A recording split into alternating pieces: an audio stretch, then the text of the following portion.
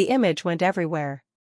A 24-year-old man standing on Olympic ice with an American flag draped over his shoulders and a gold medal around his neck, smiling the widest smile you have ever seen.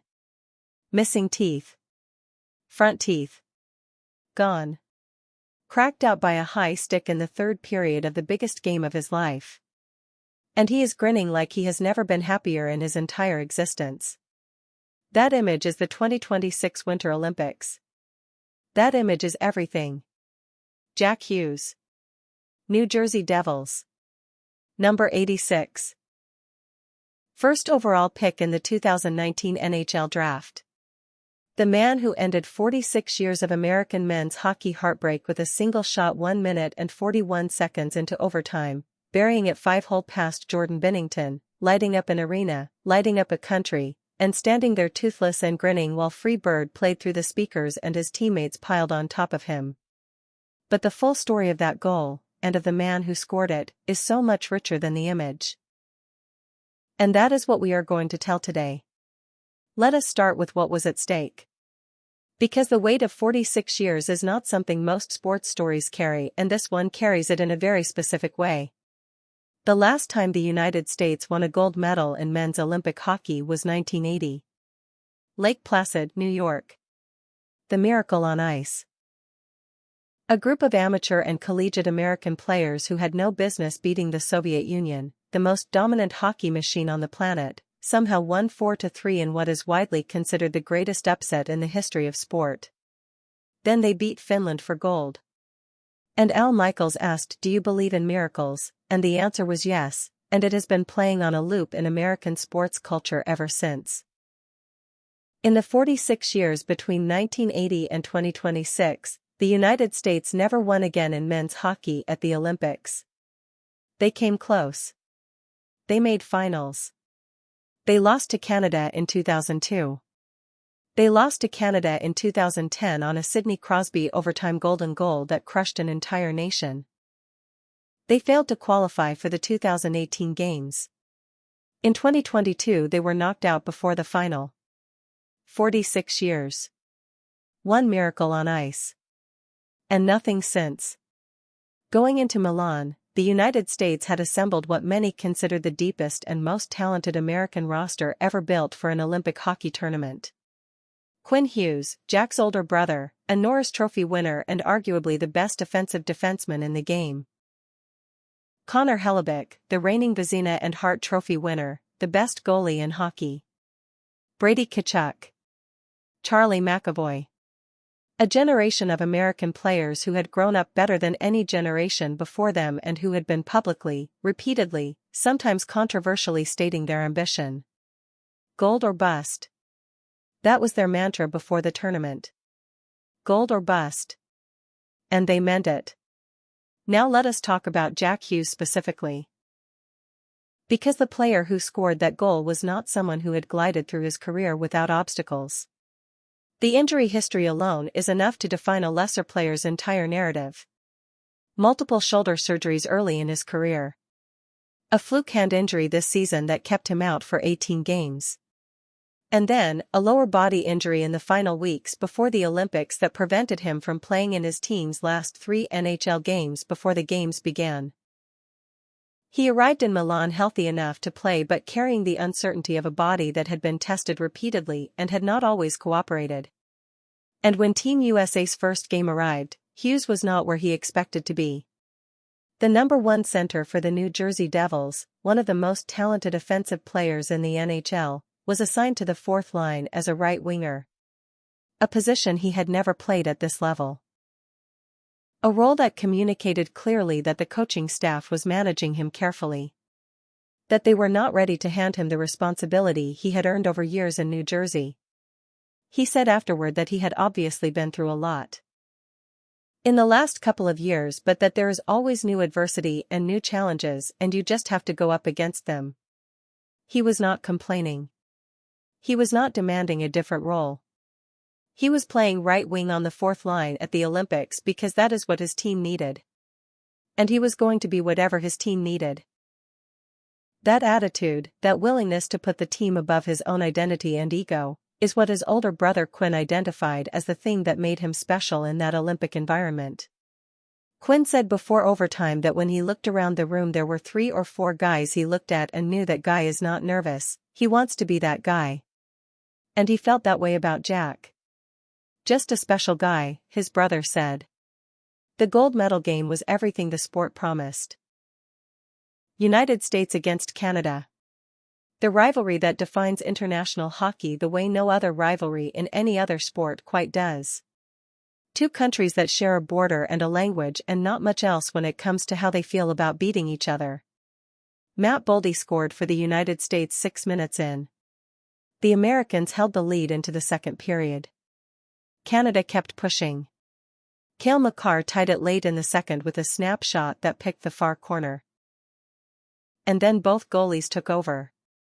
Connor McDavid was supernatural. The man who had been criticized his entire NHL career for not showing up in big moments made 41 saves and gave up a single goal. Connor McDavid, the leading scorer in the tournament and the best player in the world, had a breakaway and was denied. Nathan MacKinnon had an open net in the third and missed. McDavid was everywhere. Stopping things that should not have been stopped. Giving his teammates the chance to win if they could just find one more goal. Then came the third period. And the stick. Canadian forward Sam Bennett came in hard and caught Hughes with a high stick directly to the face. Hughes looked down at the ice. He saw his teeth. And he said to himself, here we go again. He had lost teeth in hockey before. This was not his first time at this particular rodeo. He said he was from the best country in the world and they have great dentists, so he was going to be just fine. The double minor penalty for high sticking gave the United States a 4-minute power play. They did not score. But they kept Canada pinned. They survived. They made it to overtime. 3-on-3 overtime in the Olympic tournament is one of the most terrifying formats in sports. 3 skaters aside. A rink that suddenly feels enormous. Mismatches everywhere. The best players in the world with space to operate. Whoever scores first wins gold. And onto the ice for Canada came Connor McDavid. 13 points in 6 games at the tournament. The leading scorer. The best player in the world by consensus. Coming in on Jack Hughes, a forward who had spent most of the tournament on the 4th line. Hughes said after the game that his first thought was he had to gap up. Close the distance. Force McDavid to make a decision. And then he said he immediately realized he could not gap up because McDavid would just blow right by him. So he sunk in. He backed up. He let the space between himself and the net compress. Let the wall work for him.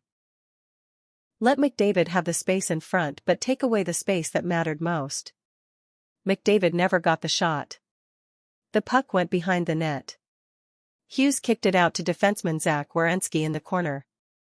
Werenski wrestled it away from Nathan MacKinnon in a board battle, got it to Hughes in the slot, and Jack Hughes chipped it past Cale Makar and got it back from Werenski sliding a cross-ice feed to him wide open in the left circle.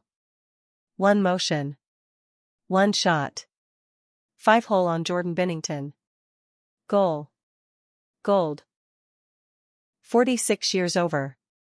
The arena erupted. Hughes launched his stick and gloves into the air before his teammates buried him in the corner by the penalty box. Free Bird played. USA chants filled the building. And somewhere in the chaos the golden goal puck disappeared, only to be tracked down by the International Ice Hockey Federation and shipped to the Hockey Hall of Fame in Toronto, where it will be displayed as one of the most important artifacts in the history of the sport. Experts have estimated it could be worth up to $1 million if it ever hit the open market. Hughes had no idea where it went.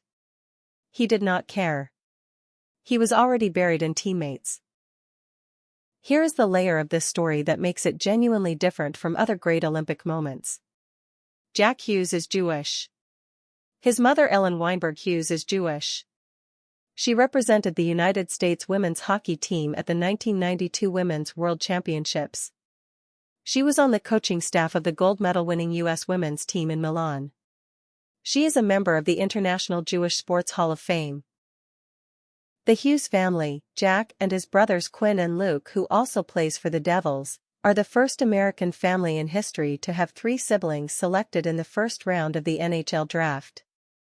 And Jack was the first Jewish player to be taken first overall in NHL history.